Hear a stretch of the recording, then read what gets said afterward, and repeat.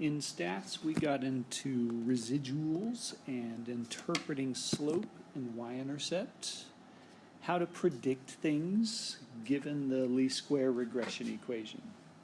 So we're going to need this table here in a minute. But first, let's practice interpreting all that we got. So in the calculator, it outputs all of these values, so these 4 values here. And if you look up here, it tells you a plus bx. Remember a, the number all by itself, the constant, that represents y-intercept, so 109, that's your y-intercept. Look at the equation up there. B is attached to x. It's the coefficient. That means that is the slope, negative 1.12. R squared we haven't talked about yet. We'll talk about it soon. And then R, that is correlation. So we need to be familiar with all 4 of those eventually. Right now, just the 3. So back to the handout. We need to practice interpreting. So let's give it a try. R is negative 6403. So I would say age at first word. I think we did this yesterday. And Gessel score. Have a negative.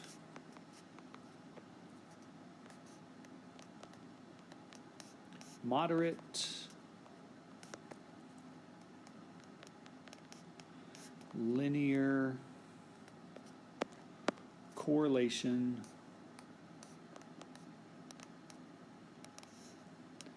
of negative 0.6403. And that is correlation. The slope, one more time, it printed out A is 109,874.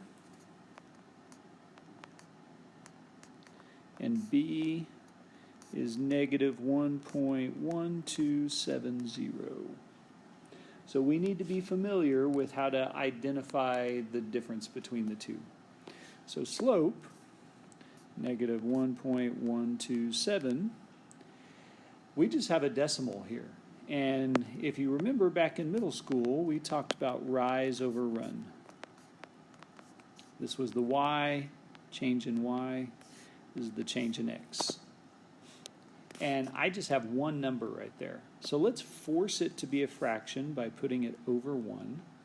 And then all you have to do is talk about the y, or in this case, the score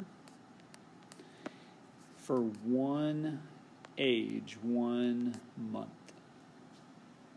So I usually lead with the phrase on average. You could say typically, you could say it is predicted, as long as you have some kind of word in there that's saying this isn't a certainty. On average, there is a decrease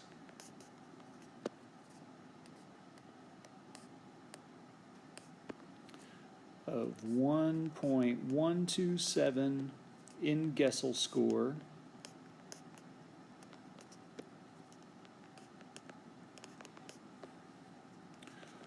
for each 1 month. You could word this part a few different ways. Let's see how it comes out here. For each 1 month increase in age at first word spoken. I worded that a little better than I did in class.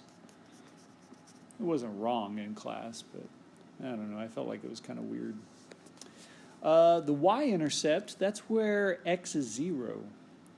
And in this case, sometimes it makes sense. Sometimes it is a plausible value. But in this case, I do not think it's very plausible for a kiddo to speak at 0 months. So I'm going to lead with that. Not plausible.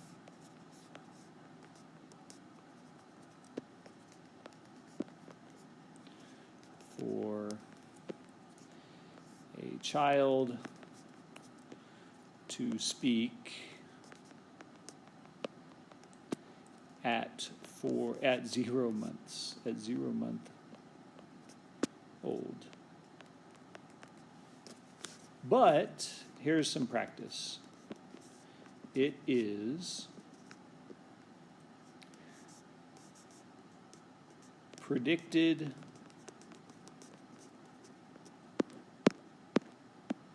that Gesell score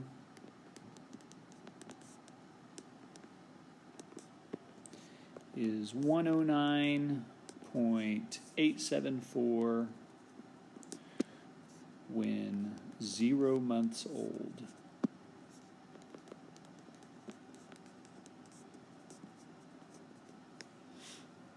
I guess I should say at first word.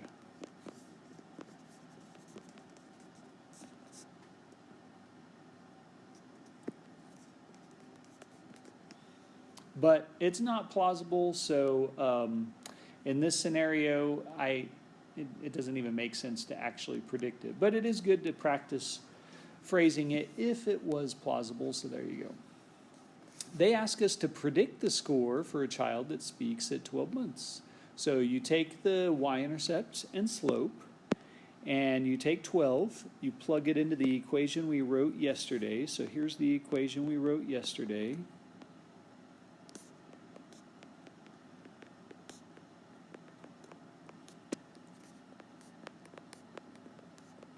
And instead of age, I'm going to put 12 in its place. And I'm going to type that in. I'm going to go 12 times negative 1.127. Then I'm going to add 109 to it, and we get a predicted score of 96.35. Now, I grade those two things. Please do not just write 96.35. I need to see this. This part counts as work. All right, I grade both of those. If we try and predict for 50, we should be nervous about there being a problem. Let's scroll back to the table. And the highest age that we see is 42 months. Look right underneath part D here. It says danger of extrapolation. Let's go to the scatter plot. All right, let's get a blank plot. I need more space. This pen is not working. So if 42 is right here, and we had 60, we had that dot right there, and then we had another dot up here, and this is our line. And then 50 is out here. There comes a point where it's not even plausible for this pattern to continue. So, 60 is still above the x-axis, and I don't know, I haven't typed in 50 to see what we get. But I imagine this pattern does not continue, and I bet it slowly approaches a value like that. We have no idea, actually. So we are not allowed to predict beyond 42. So whenever it asks to predict for 50 months, it is danger of extrapolation because 50 is outside of the ages that we sampled. Danger of extrapolation. It is so tempting to type in, to plug in 50 and see what you get. And you'd get a Gesell score, but we are not allowed to do it because of danger of extrapolation. 50 is greater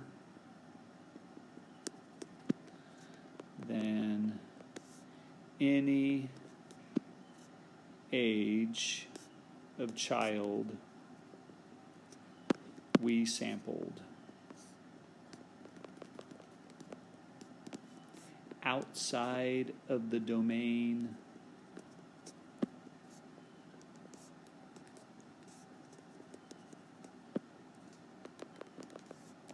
of the sample. Cannot predict.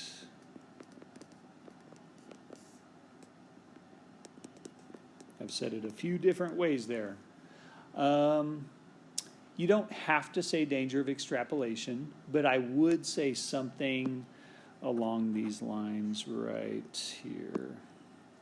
I would make sure I say this and that. The other part, that's just extra. All right, lastly, what we talked about was residuals. So residual, there's the definition, is the difference between what actually happened and what we're predicting. I know it's typed right there, but this is actual minus predicted. Sometimes when you write it down, it stands out more. So we need to have that memorized. It is so easy to flip it the wrong way. We are going actual minus predicted. So back to the scatter plot.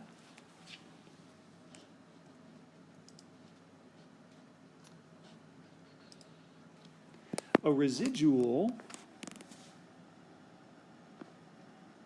is, I need another color. This is a residual right there. This is a residual right there. There's a residual. Every single observation has a residual. Well, I guess arguably this one doesn't because it fell right on the line. But I did draw this by hand, so I bet it does have a tiny, tiny residual. So this right here is the largest residual.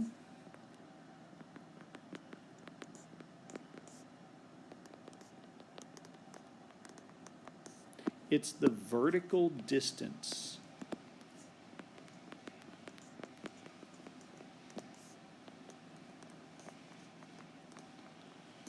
between actual and predicted. Another question is it an under prediction or over prediction? I would say this one is a over prediction because the line is literally over it. Where the line is where we're predicting the score would be, right there. But in reality, they had a score less. This large one is a under prediction.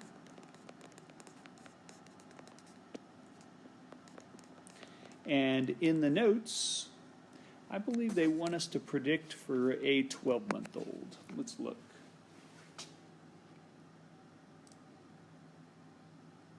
Yeah, we're going to predict for a 12-month-old. I'm just picking up where we left off on part D up here, where we did predict, part C, where we did predict for a 12-month-old. So we're going to use that number. And you can see that residual, I think if I can find the right dot. 12, I think, let's go to the table. Because actually I can't see it. So 12, it's towards the bottom. 12 and a score of 105. So in the scatter plot, it is, I don't know, it's one of these. I bet it's that. Let's change colors. I bet it's this purple dot right here. 12105. I don't know. Something around there. This is drawn by hand, so it's not super accurate. But all you do is you start out by writing, let's get to it.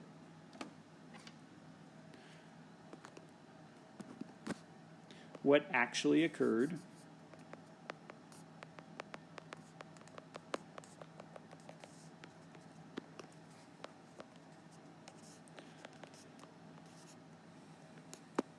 Actual score. And you plug it into that tiny formula. So residual equals score, actual score, minus predicted. And look up at part C. On part C, score hat was 96.35. So I'm going to go 105 minus 96.35, and I get a residual of 8.65 for this 12-month-old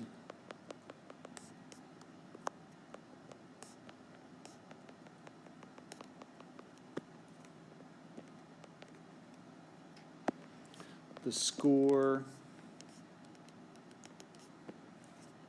was an under prediction